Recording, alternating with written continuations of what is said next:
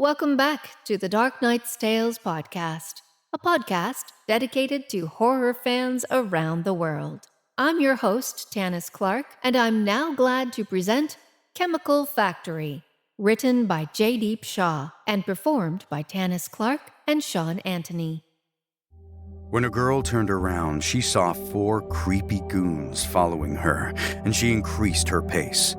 At the halfway point, she saw a chemical factory across the street.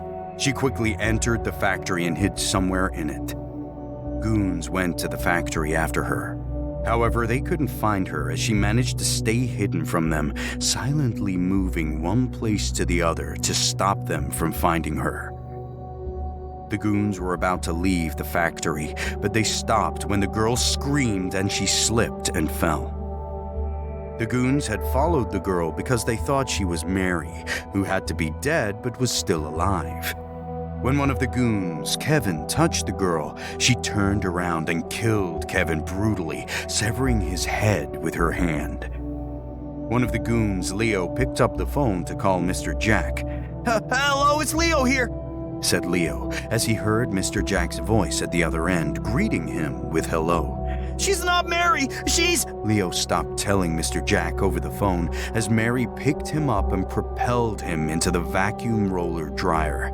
And then she provided brutal deaths to the other goons as well. Mary now called Mr. Jack's cell phone.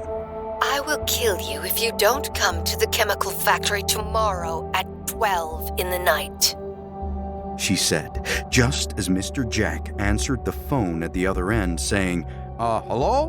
Once again. I promise to come there tomorrow, said Mr. Jack. Mary hung up the phone. Mr. Jack told his business partners, Rahul and Henry, over a group call about the phone call from Leo and the unknown girl. It's impossible, said Rahul in shock.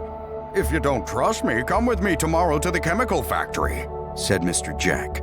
Henry, no one can kill me. We killed Mary. We buried her body in the factory. There's no chance of her return. It must be someone trying to blackmail us. I agree with Henry, but no worries, Mr. Jack. We'll reach the factory after you tomorrow night. The next night at 11:30, Mr. Jack reached the factory. I hope you remember how cruelly you killed me in this factory. I kept requesting you to leave me, but you cut my fingers. And then my hands and legs. After that, you threw chemicals on me that gave me a painful, brutal death. A disembodied voice sounded. Your friends also have arrived in the parking lot. I promise to give you the same horrific death, just the way you gave me. When Rahul and Henry entered the chemical factory in the next few minutes, they saw fingers on the floor and hands and legs hovering steadily in the air.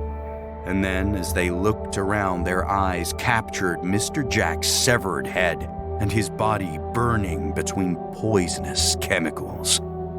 I know you can hear us, said Henry. Please let us go. Please forgive us.